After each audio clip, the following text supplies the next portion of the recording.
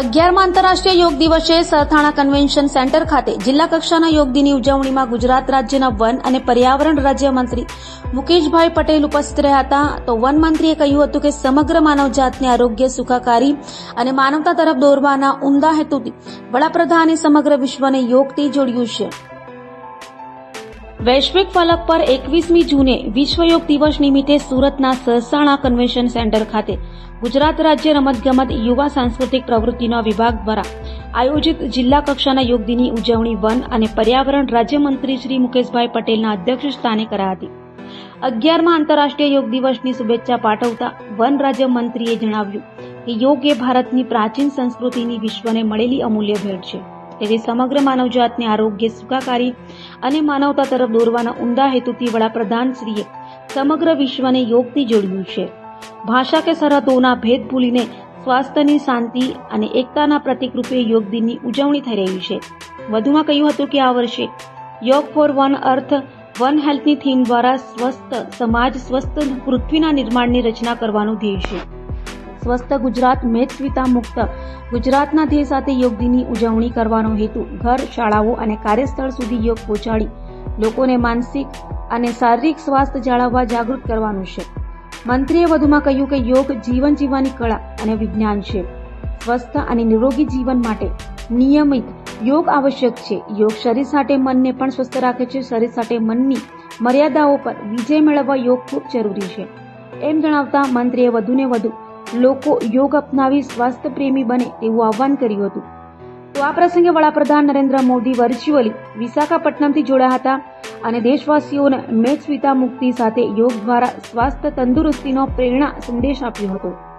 મુખ્યમંત્રી ભૂપેન્દ્રભાઈ પટેલ વડનગરથી રાજ્યકક્ષાના યોગ દિનની ઉજવણીના સંબોધનનું લાઈવ પ્રસારણ સૌએ નિહાળ્યું હતું. સુરતમાં 45 મિનિટના કોમન યોગ પ્રોટોકોલમાં મંત્રી મુકેશભાઈ, સાંસદ મુકેશભાઈ દલાલ, ધારાસભ્ય સંગીતાબેન પાટીલ, પુણેશભાઈ મોદી, મનુભાઈ પટેલ, સંગઠન પ્રમુખ પરેશભાઈ પટેલ, શાસક પક્ષ નેતા શશી ત્રિપાઠી, જિલ્લા કલેક્ટર ડોક્ટર સૌરભ પારગી, સુરત મહાનગરપાલિકા commissioner Shalini Agrawal, police commissioner Anupamsinh Gehlot, જિલ્લા વિકાસ અધિકારી શિવાની ગોયલ સહિત વિવિધ વિભાગના અધિકારી અને કર્મચારીઓ, મોટી સંખ્યામાં વિદ્યાર્થીઓ, સ્વૈચ્છિક સંસ્થાના પ્રતિનિધિઓ, યોગ બોર્ડના કર્મયોગીઓએ योगासन जोड़ाया था.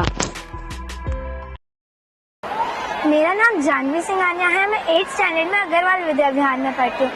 मैं वन ईयर से योगा कर रही हूँ और मैं आप लोगों को भी बोलूँगी कि योगा करो.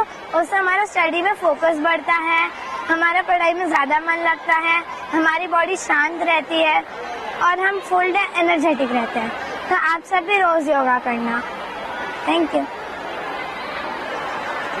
મારું નામ વેદાંત પંચાલ છે. હું 9મા ધોરણમાં ભણું છું અને મારી સ્કૂલનું નામ શ્રી શ્રી રવિશંકર છે.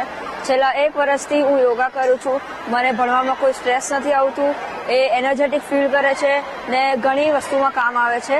અને અમારા સ્કૂલમાં બહુ બધી યોગાની ટેકનિક્સ થાય છે, જેમ કે ભસ્ત્રિકા, સુદર્શન ક્રિયા. એનાથી બી કંઈ સ્ટ્રેસ નહીં થાય. તો મેં બધા સ્ટુડન્ટને કહું છું કે તમે આ યોગા કરો ને આપણા મનને શાંત કરો. मेरा नाम विधि माहेश्वरी है. मैं 8th स्टैंडर्ड में पढ़ती हूँ अग्रवाल विद्या विहार में और मैं 1 साल से योगा कर रही हूँ और मुझे फोकस में, फ्लेक्सिबिलिटी में और रिलैक्सेशन में हेल्प मिलती है योगा करने से. મારું નામ દક્ષ પંડ્યા છે. હું શ્રી શ્રી રવિશંકરનો છોકરો છું. હું 10મી ધોરણમાં ભણું છું. યોગા કરવાથી બહુ ફાયદા થાય છે. ભણવામાં કોન્સન્ટ્રેશન પણ વધે છે ને હું બીજા બધા છોકરાઓને પણ કહું છું કે તમે પણ યોગા કરો ને આપણી હેલ્થને વધારો. Thank you. હું 5 વર્ષથી યોગા કરું છું.